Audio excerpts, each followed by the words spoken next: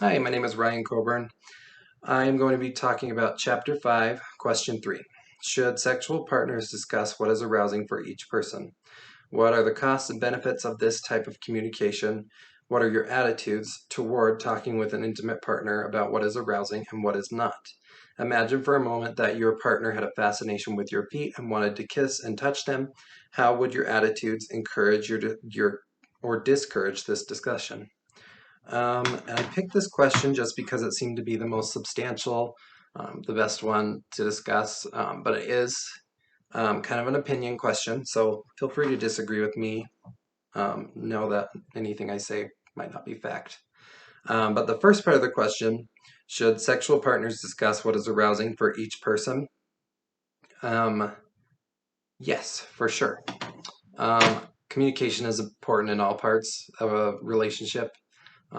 For sharing emotional intimacy, physical intimacy. If you're going to be part of another person's life, you should definitely be communicating with them about all things. Um, what are the costs and benefits of this type of communication? The costs are risk, and I think that is what keeps people talking about those things sometimes. Um, the risk of being judged or shamed or losing that person that they're in a relationship. If they think that that thing is too extreme or their partner wouldn't be into it, they worry about decreasing intimacy too. Um, so, um, but the benefits I think outweigh the risk. Um, being able to discuss that kind of thing increases open communication and honesty with your partner, and increases intimacy. If you find that your partner is okay with those things, it's going to increase sexual satisfaction and I think relationship satisfaction as well.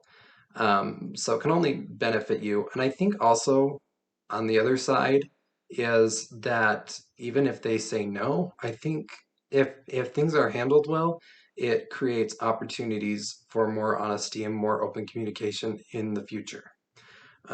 So I think overall it's just a good thing to do. What are your attitudes? Sorry, I was too lazy to put this on the computer. What are your attitudes toward talking with an intimate partner about what is arousing and what is not? Um, and I think it goes hand in hand with the next part. Imagine for a moment that your partner had a fascination with your feet, wanted to kiss and touch them. How would your attitude encourage or discourage this discussion? So attitudes overall, I think you should make sure your partner knows that they can talk about those things. Maybe it's just a good thing to throw it out there every now and again.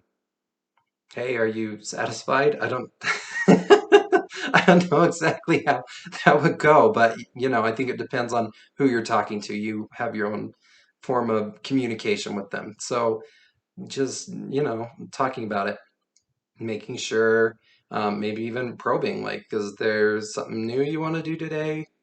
Um, can't hurt to check, right? And if they say they want to try something, that means you could probably say something too. So, maybe you want to check with them first if you're feeling nervous. Then you go, well, actually. Anyway, that's just my opinion. Um, but there's the what ifs. Um, what if your partner is not into that thing? I think there's a few things you can do. There's actually two specific things that I'm thinking of um, that are applicable to all, if not most, relationships, because there's a lot of things you can do, but I'm going to talk about two that I thought of. The first is kind of a give and take, which sounds, I don't know why it just puts me off a little. Maybe there's nothing wrong with it, but I'm going to put it out there anyway. Um, if you like if you like something that your partner doesn't, and your partner likes something, and you don't like it, you can have a kind of a give and take sort of thing. Everyone gets something out of that situation. I don't know why that made me uncomfortable to say. I said it out loud, and then it was just like, oh, there was nothing to worry about there. So whatever. The second is has to do with sexual compatibility. If that thing is very important to you, then it's all the more reason to discuss it. Because if you get into a relationship with that person, obviously, if you're practicing abstinence and don't practice have sex until marriage, then it might be more of an issue. But if you're in a relationship where you have sex before marriage, then it kind of saves you some trouble, because if that thing is important to you, maybe it's so important that you discover, oh, this isn't going to work out because I need this in a relationship. So I don't know. I can't think of anything that would be a deal breaker for me, but I imagine that there are some people that those things are very important to. Lastly, I just kind of wanted to, I hate not talking about facts. So I did look up an article. I'm just going to review it briefly. And if you're interested in more, you can go read it, and I will link it. But the article, I guess it was a study. It's called The Specific Importance of Communicating About Sex to Couples' Sexual and Overall Relational Satisfaction by Jennifer Montesi and her colleagues. The study is talking about exactly what we're discussing here. Just talking about just sexual communication, talking about things that are arousing to you, increase relationship satisfaction, and overall relationship sexual satisfaction and overall relationship satisfaction.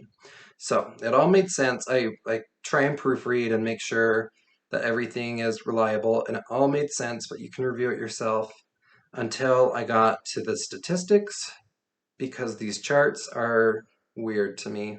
So I guess I have something new to learn. So I had to skip the charts because I couldn't read them.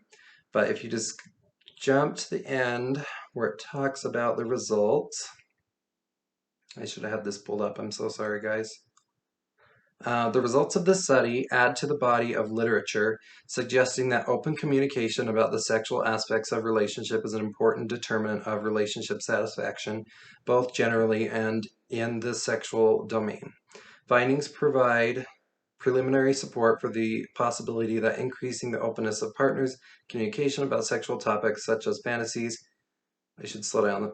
Findings provide preliminary support for the possibility that increasing the openness of partners' communication about sexual topics such as fantasies, preferences, or concerns may provide substantial benefits, both in terms of enhanced sexual satisfaction and overall relationship satisfaction. In future research, it will be important to examine the specific mechanisms through which, okay, so the rest of that isn't important. But it kind of confirms what I just said. I just wanted to back it up with a source. I don't know why that's just me. I just got to back things up. So I will post it so you can read the full thing. As far as my question goes, I actually didn't think of one. How about this? What would you do if you had a partner who wanted something that you were uncomfortable with? Because I think that was the biggest point. What are some solutions that you can do to make your partner feel comfortable? That can be talking about it more, compromise, or something else. Let me know. Sorry for the long video.